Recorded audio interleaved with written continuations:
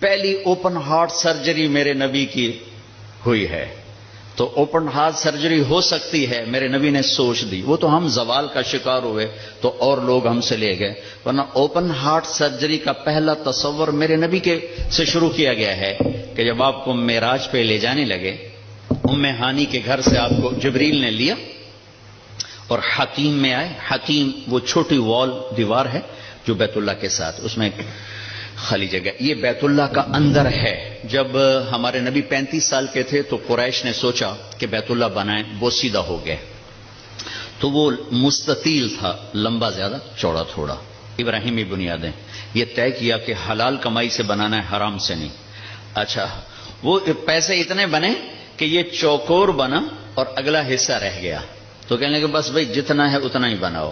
تو وہ چوکور بنا کر اوپر چھت ڈالی اور یہ حصہ چھوڑ دیا کہ جب پیسے ہوں گے تو ہم یہ بیچ میں شامل کر لیں گے. یہ اللہ کی حکمت تھی، نہ پیسے ہوئے نہ وہ شامل ہوا، تاکہ غریب لوگ بھی اگر بیت اللہ کے اندر نماز پڑھنا چاہیں تو وہ جگہ ہے جہاں اگر آپ اندر ہیں.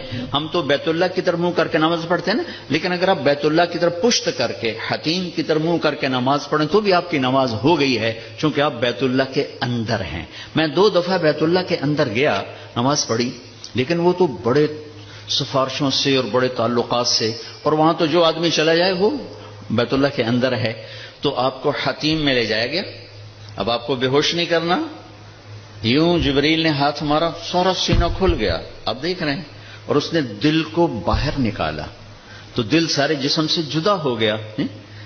اور اس کے میرا بھائی ہارٹ اسپیشلسٹ ہے تو میں اسے سنتا رہتا ہوں، باتیں گھر میں ہوتی رہتی ہیں. اچھا، نکالا، پھر اس کو زمزم کا پانی ایک ٹپ میں تھا، اس میں دھویا، اس کو دھویا، دھوتے رہے. اور آپ دیکھ رہے ہیں. اس کے بعد ایک آسمان سے لائے تھے، وہ پورا نور کا ایک بھرا ہوا برتن تھا. پھر وہ سارا نور آپ کے دل میں انٹر کیا. پھر اس کو بند کر کے پھر لگایا، ساتھ ہی دل سر ہر رگ سے جڑا.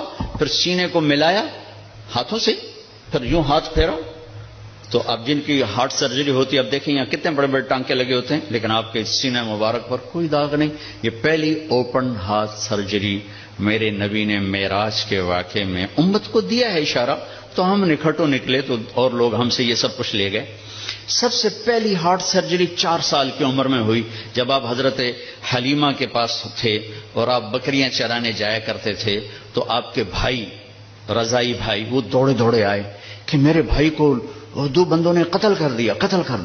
تو حلیمہ بھاگی ہوئی آئی تو آپ دیکھا آپ پریشان بیٹھے تھے. تو حضرت حلیمہ نے پوچھا بیٹا کیا ہوا؟ کہ 2 آدمی آئے تھے، مجھے لٹا دیا، میرا سینہ کھولا، میرا دل نکالا، پھر اس کو صاف کیا، پھر میرے دل میں، پھر میرے سینے میں دوبارہ فٹ کر دیا. یہ پہلی ہے. اور پھر معراج پر جانے سے پہلے دوبارہ اوپن ہارٹ سرجری ہوئی ہے. پھر براق کا آنا، تیز رفتار سواریوں کا تصور میرے نبی کے ذریعے سے ہمیں ملا کہ ایسی سواریاں بنائی جا سکتی ہیں جو مہینوں کا سفر گھنٹوں میں طے کر دیں. جب آپ نے اگلے دن فرمایا کہ میں گیا تھا بیت المقدس تو قریش کہنے لگے ہم تو 1 مہینہ مسلسل چلتے ہیں اور پھر وہاں پہنچتے ہیں، تم 1 رات میں کیسے کہہ رہے ہو گیا بھی اور آیا بھی؟ تو براق ایک سواری ہے جس کی تیز رفتاری سے ایک پیغام، میسج امت کو گیا کہ اگر تم اس کائنات کے علوم تک پہنچ جاؤ تو تم تیز رفتار سواریاں بھی بنا سکتے ہو. 650 کلومیٹر فی گھنٹہ کی رفتار سے جاپان نے ٹرین بنا لی. آپ کو ام ہانی کے گھر سے اٹھایا گیا، حضرت علی کی بہن، ان کے گھر میں آپ تشریف فرما تھے، اور سیدھا بھی اللہ لے جا سکتے تھے، سیدھا بھی لے جاتے، لیکن مکہ سے بیت المقدس لے جانے میں یہ اعلان تھا کہ اب بیت المقدس بھی مکہ کے تابع ہو گیا ہے. اب یہاں کا قبلہ بھی بیت اللہ ہو گیا ہے. یہاں جتنے نبی آئے وہ سب آپ کے تابع ہو گئے، لہٰذا وہاں پہلے سارے انبیاء موجود ہیں اور سب انتظار میں ہیں.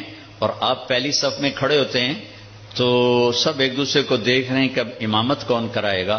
تو جبریل آپ کا ہاتھ پکڑ کے آپ کو مصلی پر کھڑا فرماتے ہیں، آپ 2 رکعت نماز ادا فرماتے ہیں، اور آپ کے پیچھے 1.25 لاکھ نبی نماز پڑھ کر یہ اعلان کرتے ہیں کہ ہماری نبوت آپ کے قدموں پہ قربان ہو گئی، اب ہمارے لیے بھی آپ ہی نبی ہیں، ہمارے لیے بھی آپ ہی نبی ہیں۔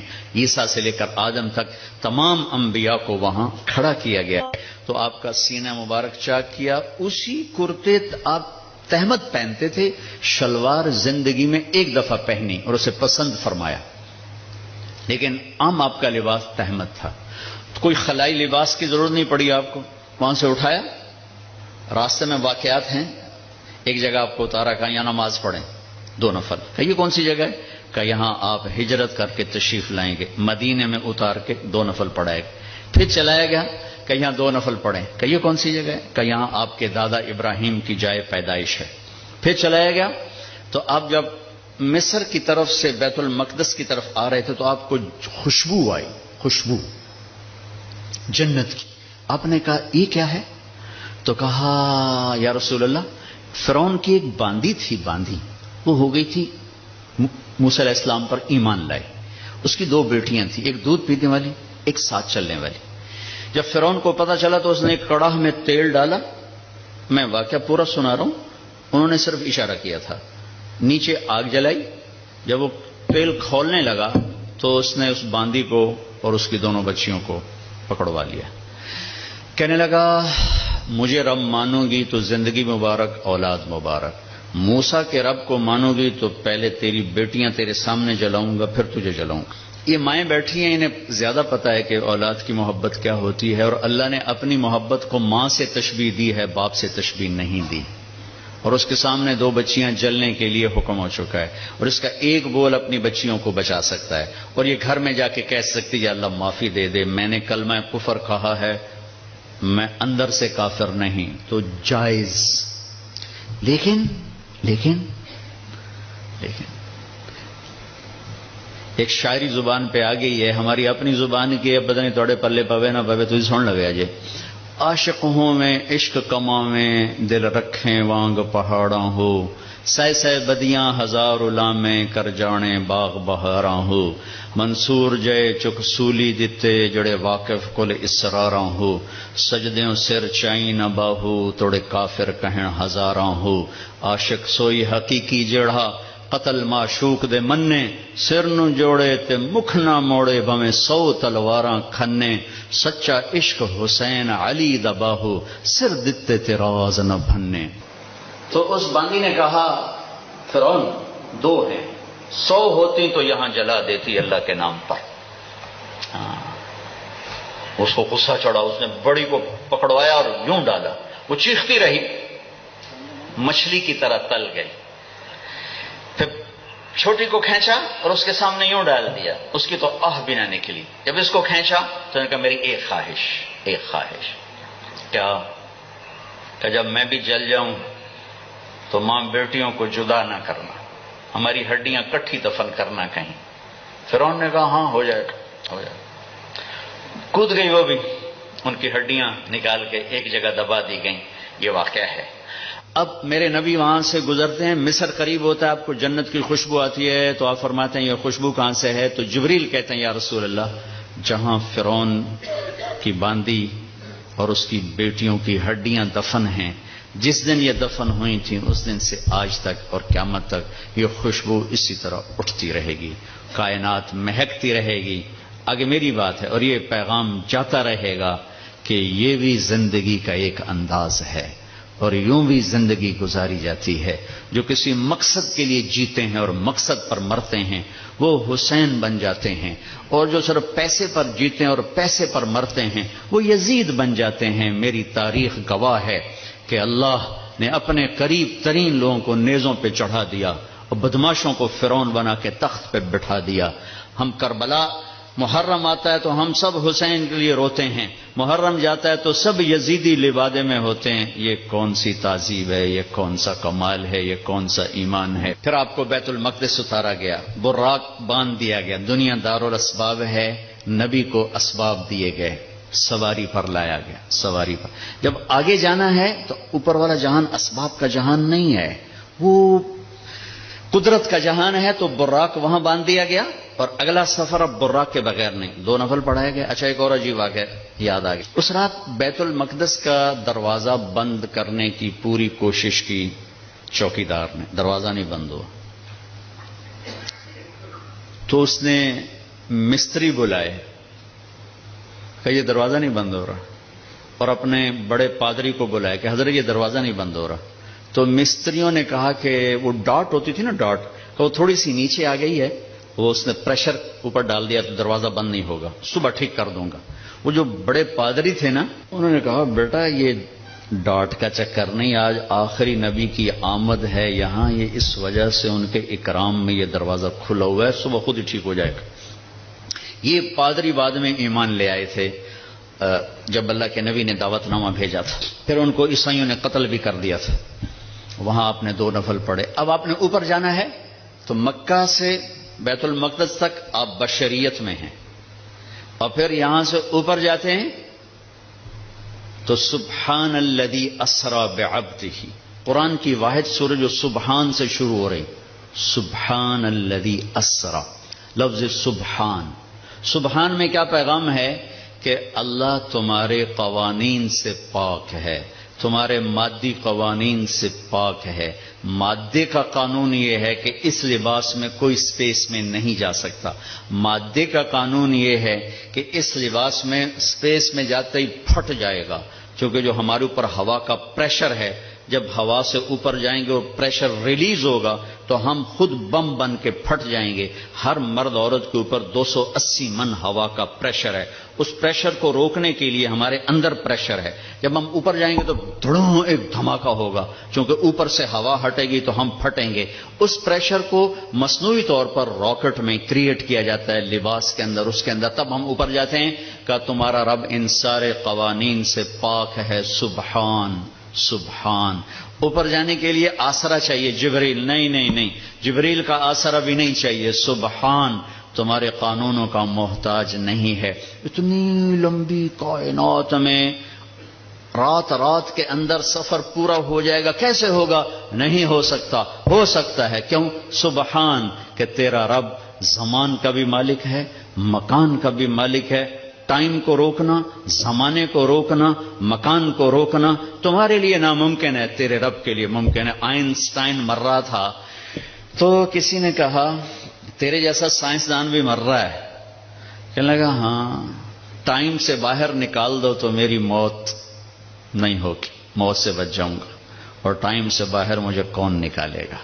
ہاں اللہ نکال سکتا ہے، اللہ نکال سکتا ہے کہ وہ ٹائم کا بنانے والا ہے، وہ زمانے کا بنانے والا ہے، وہ وقت کا بنانے والا ہے۔ سبحان صرف ایک صورت ہے جو سبحان سے شروع ہوتی ہے، سبحان، اور اس سبحان کے اندر یہ سارے پیغام ہے۔ پاک ذات، بے عیب ذات، تمہارے قوانین سے بالا تر ذات، تمہاری سوچ سے بالا تر ذات، الذی اسری بعبدہ۔ قریش کہنے لگے تم کیسے جا سکتے ہو؟ اللہ نے جواب دیا یہ تھوڑا ہی گئے تھے، میں لے کر گیا تھا۔ قریش نے کہا بغیر سواریوں پر اتنا وقت لگ جاتا ہے، تم بغیر سواری کے کیسے چلے گئے آ گئے؟ تو اللہ نے کہا یہ نہیں گئے، اسری بعبدہ، میں لے کر گیا، میں لے کر گیا۔ اور یہاں الف اور با کا جو جوڑ ہے، اسری اور بعبدہ، الف اور با، عربی گرامر میں اگر الف ہو تو با کی ضرورت نہیں، اسری عبدہ ہوگا، ٹھیک ہے؟ اور اگر با ہو تو الف کی ضرورت نہیں، سرا بعبدہ ہوگا۔ میری بات واضح ہوئی ہے نا؟ الف ہو نا، با کی ضرورت نہیں، اسری عبدہ، اور اگر با ہو تو الف کی ضرورت نہیں، سرا بعبدہ۔ یہ الف اور با کا جوڑ کیوں ہے؟ یہ بتانے کے لیے کہ میں اللہ خود اپنے نبی کو لے کر گیا، اور بعبدہ ہی میں کیا اشارہ ہے؟ آپ لوگ کون ہو کہ جی ہم کسٹم والے، میں کون ہوں جی؟ یہ جی مسجد والے، یہ کون ہے جی؟ یہ جی کپڑے والے۔ تو اللہ کہہ رہا ہے بعبدہ، یہ کون ہے؟ یہ میرا بندہ ہے، یہ میرا ہے اور میں ان کا ہوں، بعبدہ۔ اور الف اور با کے ساتھ اللہ فرما رہے ہیں کہ میں لے کر گیا، جبریل بھی نہیں لے کر گئے۔ اوپر کا جو آپ نے سفر کیا ہے وہ جبریل کا ہاتھ پکڑ کے نہیں، ان کے کندھوں پر بیٹھ کر نہیں، ان کے پروں پر بیٹھ کر نہیں، اللہ کی قدرت کن کے ساتھ آپ جبریل کے ساتھ گئے ہیں تو ملکیت کا لباس آپ کو پہنایا گیا اور اپنے ساری فضا کو پار کیا. آج یہ سائنس کا نیا علم آیا ہے کہ اگر کوئی سواری ٹائم کی رفتار سے زیادہ ہو جائے تو ٹائم اس کے لیے زیرو ہو جاتا. ٹائم زیرو ہو جاتا. اگر 1,86,000 میل پر سیکنڈ سے کوئی سواری زیادہ تیز ہو جائے تو ٹائم اس کے لیے زیرو ہو جاتا ہے. یہ آج کے امکانیات بتائے جا رہے ہیں اور یہ میرے نبی کا سفر اسپیس کو، راکٹ کو، شٹل کو، ہر چیز کے لیے راستہ دے رہا ہے کہ یہ ہو سکتا ہے، یہ ہو سکتا ہے. خلائی تسخیر ہو سکتی ہے، خلائی سیاروں تک جانا ہو سکتا ہے، لیکن آپ کی پہلی منزل پہلا آسمان آدم علیہ السلام نے استقبال کیا. دوسرا آسمان یحییٰ علیہ السلام، زکریا علیہ السلام، عیسیٰ علیہ السلام نے استقبال کیا. تیسری منزل یوسف علیہ السلام، تیسرا آسمان. چوتھی منزل ادریس علیہ السلام، چوتھا آسمان. پانچویں منزل ہارون علیہ السلام، پانچواں آسمان. چھٹی منزل موسیٰ علیہ السلام، چھٹا آسمان. ساتویں منزل، ساتواں آسمان ابراہیم علیہ السلام. ہر آسمان پر نبی کھڑے ہوتے تھے پھولوں کے ہار لے کر. یہ میرا اضافہ ہے استقبال کے لیے. اور ہر نبی کہتے ہمارے بھائی آ گئے، ہمارے نبی آ گئے، ہمارے بھائی آ گئے، ہمارے نبی آ گئے. اب ساتویں آسمان پر پہنچے تو ریسپشن کوئی نہیں. جب میں ابھی آیا تو سارے آپ کے افسران وہاں کھڑے ہوئے تھے. ریسپشن ساتویں آسمان پر ایک بڑے میاں، ایک بیت اللہ ہے، اس کی یوں ٹیک لگا کر نہ بیٹھے ہوئے اور اس طرح ہاتھ رکھ کے بیٹھے ہوئے، سفید داڑھی یہاں تک آ رہی اور اس بیت اللہ کا طواف ہو رہا ہے. فرشتے طواف کر. آپ پوچھتے ہیں یہ بڑے میاں کون ہیں، یہ بزرگ کون ہیں؟ تو جبریل کہتے ہیں یہ آپ کے دادا ابراہیم علیہ السلام. اگر اللہ چاہتے تو ابراہیم بھی کھڑے ہوتے وہاں، کیونکہ مرتبہ تو ہمارے نبی کا بڑا ہے، رشتہ ابراہیم کا بڑا ہے، مرتبہ ہمارے نبی کا بڑا ہے. لیکن ان کو بٹھایا، ان کو چلایا. یہ میری بات آپ غور سے سنیے گا. ان کو بٹھایا، ان کو چلایا. ساری کائنات حضرت ابراہیم علیہ السلام سے بھر جائے، ہمارے نبی کے برابر نہیں ہو سکتے. ساری کائنات ملائکہ سے بھر جائے، ہمارے نبی کے ایک بال کے برابر نہیں ہو سکتے. جس کو اللہ حبیب بنائے وہ کیا ہوگا؟ جس کے چہرے کی قسمیں والضحی، جس کی زلفوں کی قسمیں واللیل اذا سجا، جس کے شہر کی قسم وہذا البلد الامین، جس پر اتری کتاب کی قسم قاف والقرآن المجید، جس کی جان کی قسم لعمرک انہم لفی سکرتہم یعمہون، جس کا وکیل صفائی بن کے قسم والنجم اذا ہوا ما ضل صاحبکم وما غوا، جس کو تسلیاں دینے کے لیے قسم والضحى واللیل اذا سجا ما ودعک ربک وما قلا، جس کے بول کی قسم وقیل ہی یا رب ان هؤلاء قوم لا یؤمنون، جس کو رحمت للعالمین کا ٹائٹل وما ارسلناک الا رحمت للعالمین وما ارسلناک الا کافۃ للناس بشیرا ونذیرا، جس سے اللہ لاڈ سے کبھی محمد، کبھی احمد، کبھی ماہی، کبھی حاشر، کبھی عاقب، کبھی فاتح، کبھی خاتم، کبھی ابو القاسم، کبھی طٰہٰ، کبھی یاسین، کبھی مزمل، کبھی مدثر، کبھی شاہد، کبھی مبشر، کبھی نذیر، کبھی داعی الی اللہ، کبھی سراج منیر. دیکھو تو صحیح اللہ کیا لاڈ کر رہا ہے اپنے نبی کے. یہ بیت اللہ کی دیوار ہے آسمان. یہ ایک بڑے میاں بیٹھے ہوئے ہیں اور یہ کائنات کی عظیم ہستی آتے ہیں اور یہ ادھر جا رہے ہیں، وہ ادھر نہیں آ رہے کہ یہ باپ ہیں، یہ بیٹے ہیں. اور اس آگے جانے میں باپ کو عزت دینی ہے اور بیٹے نے گھٹنوں کو چھونا ہے اور امت کو پیغام دینا ہے کہ رشتوں کا تقدس ہمیشہ باقی رکھنا ہوگا، چاہے آخری نبی ہی کیوں نہ ہو، چاہے آخری رسول ہی کیوں نہ ہو. رشتوں کو تولا نہیں جا سکتا، ناپا نہیں جا سکتا، پیسوں پہ نہیں تولنا. رشتہ رشتہ ہوتا ہے. یہ چلے، وہ کھڑے ہوئے. سارے نبیوں نے کہا بھائی آ گئے. ابراہیم نے کہا میرا بیٹا آ گیا، میرا بیٹا آ گیا، میرا بچہ آ گیا. میرے نبی آ گئے. نبی بھی کہا میرے نبی آ گئے. وہ کہا میرا بیٹا آ گیا، میرا بچہ آ گیا. پھر گلے لگایا، پھر ماتھا چوما. یہ کسی نے نہیں کیا، یہ ابراہیم نے کیا. گلے لگایا، ماتھا چوما، اگر روانہ کیا، ایک پیغام ڈیلیور کیا کہ میرے نبی آپ اتنے مقام کے ہو کر بھی اپنی امت کو پیغام دیں کہ اپنے باپ کے آگے سر جھکائیں، اپنی امت کو پیغام دیں کہ ماں باپ کے رشتے کے سامنے اولاد کو بھی جھکنا پڑتا ہے۔ ابراہیم ملے اور اب جانے لگے تو کہا بیٹا اپنی امت کو میرا سلام کہہ دینا۔ سبحان اللہ، یہ رشتہ بہت گہرا تھا کہ اپنی امت کو میرا سلام کہنا، اور انہیں کہنا جنت خالی زمین ہے اور اس کے باغ باغیچے سبحان اللہ الحمدللہ لا الہ الا اللہ اللہ اکبر ہیں، جتنا کہیں گے اتنے درخت وہاں لگتے جائیں گے۔ اب آپ سدرۃ المنتہا پہنچے تو ایک آج کی اس میں آج کے لہجے کی گفتگو کہ جبریل نے کہا یا رسول اللہ آگے میرے پاس ویزا کوئی نہیں، آگے اور جہان ہے، ملکوتی جہان بھی ختم، ملائکہ کا جہان، سدرۃ المنتہا، یوں سمجھو جبریل اپنے گھر میں کہہ رہے ہیں یا رسول اللہ اس سے آگے میرے پاس ویزا کوئی نہیں، میں نہیں جا سکتا۔ کہا میں اتنا بھی آگے جاؤں گا نا ایک بالش تو میں جل کے راکھ ہو جاؤں گا، میں نہیں جا سکتا۔ تو یہاں آ کر ملکوتی حیثیت بھی ختم ہو کر کوئی اور حیثیت آپ کو عطا کی گئی، وہ اللہ جانے، اللہ کا حبیب جانے۔ عرش تک پہنچنے میں پہلی ہستی کامیاب ہو رہی ہیں، جبریل بھی کہہ رہے ہیں آگے نہیں جا سکتا یا رسول اللہ، بس ختم، میں ختم۔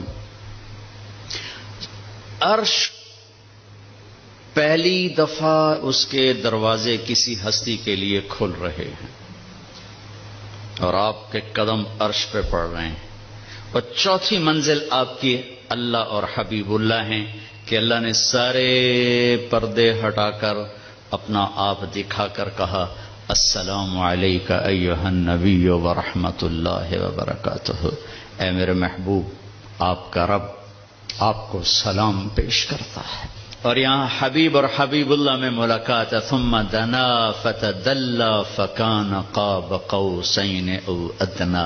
یہ لفظ آپ نے سنا ہوگا قاب قوسین، قاب قوسین۔ میں آپ کو آج اس کی تصویر بنا کے دکھاتا ہوں کہ قاب قوسین کا مطلب کیا ہے۔ عربوں میں اکثر لڑائی ہوتی رہتی تھی، جب ان میں صلح ہوتی تھی تو قبیلوں کے سردار کٹھے ہوتے تھے اور صلح ہو رہی۔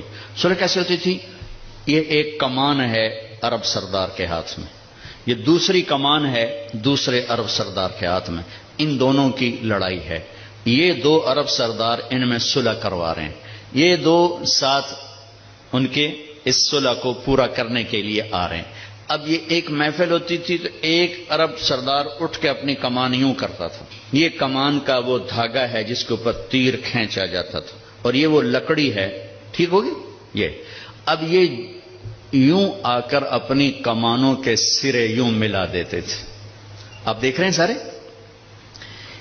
یہ قوس، یہ قوس، قوس کہتے ہیں کمان کو، یہ قاب ہے، یہ قاب، قاب قوسین، دو کمانوں کی قاب، یہ اور یہ اور یہ قاب، اور یہ قوس، یہ قوس۔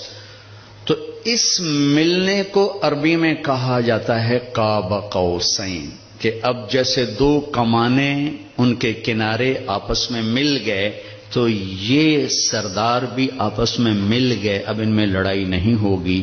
اس محاورے کو اللہ نے اپنے اور حبیب اللہ کے لیے استعمال کیا، فکان قاب قوسین، کہ میرا حبیب میرے قریب ایسے ہوا جیسے دو کمانوں کے کنارے قریب ہوتے ہیں۔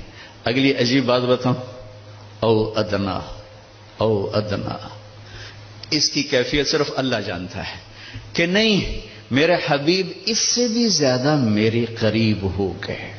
میرے بھائیوں، اس ہستی کو آئیڈیل بنا کے چلو، مزے کرو گے اللہ کی قسم، اور آپ کی نسلیں مزے کریں گے۔ اگر آپ لوگوں کی جیبوں پہ ڈاکے ڈالتے رہے، نہ آپ سکھی رہو گے نہ آپ کی نسلیں سکھی رہیں گی۔ 60 کی دہائی کے ایک چیئرمین پورے مغربی پاکستان کے ہمارے قریبی رشتہ داروں میں تھے، انہوں نے حرام دولت کے ڈھیر لگا دی، پھر اچانک مر گئے۔ ایک دن ان کا بڑا بیٹا کہہ رہا تھا کاش ہمارا باپ ہمارے لیے حرام اکٹھا نہ کرتا تو کوئی خوشی کا دن ہم بھی دیکھ لیتے۔ اور میں نے اس آدمی سے ان کانوں سے سنا، میں اج مر جاواں میری دھی نو کسے دی پرواہ کوئی نہیں۔ بیٹی کمزور ہوتی ہے نا، بیٹوں کا نام نہیں لیتا، بیٹی، میں اج مر جاواں میری دھی نو کسے دی پرواہ کوئی نہیں۔ آئے ہائے ہائے، اس کا بیٹا کہہ رہا تھا کاش ہمارا باپ ہمارے لیے حرام اکٹھا نہ کرتا تو کوئی خوشی کا دن ہم بھی دیکھ لیتے۔ پیٹ پہ پتھر باندھ لیے کہ میری امت پیسے پر نہ بک جائے، چوپڑی روٹی پراٹھے اور انڈے پر نہ بک جائے. 3 دن کے فاقے برداشت کیے. آپ باغ میں تشریف لے گئے، کھجوریں گری پڑی تھیں، گندی کھجوریں جو گر جاتی، آپ نے اٹھائی، ہائے ہائے وجہ کائنات، ساری کائنات جن کے لیے بنائی، ایک گندی کھجور صاف کر کے منہ میں رکھی. ایک صحابی ساتھ ہے عبداللہ تو نہیں کھاتا؟ کہ یا رسول اللہ مجھے بھوک نہیں.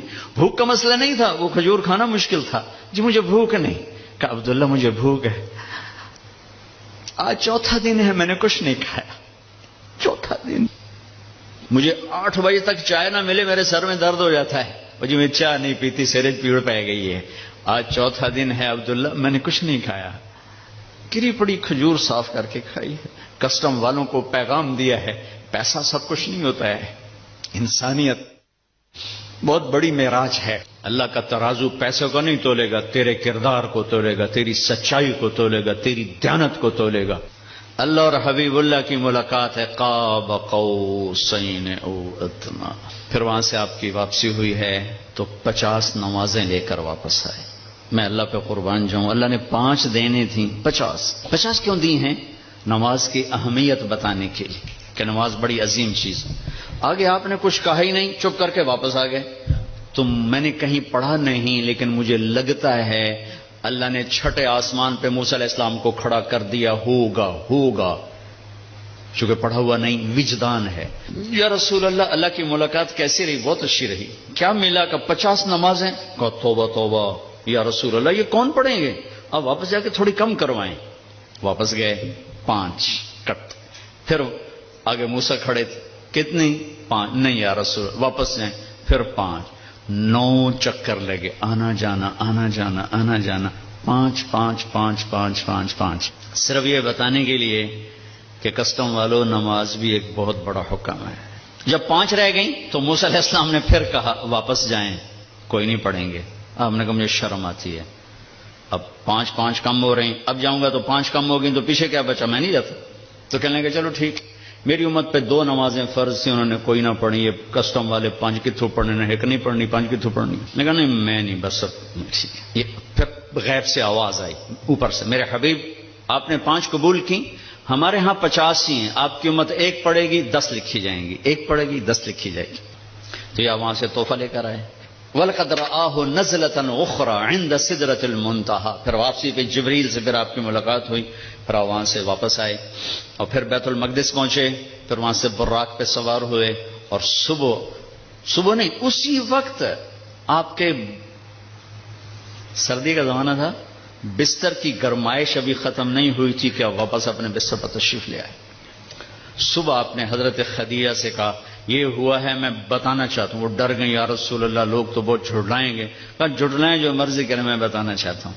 آپ حرم میں تشریف لائے اور آپ نے یہ اعلان کیا میرا رات یہ سفر ہوا.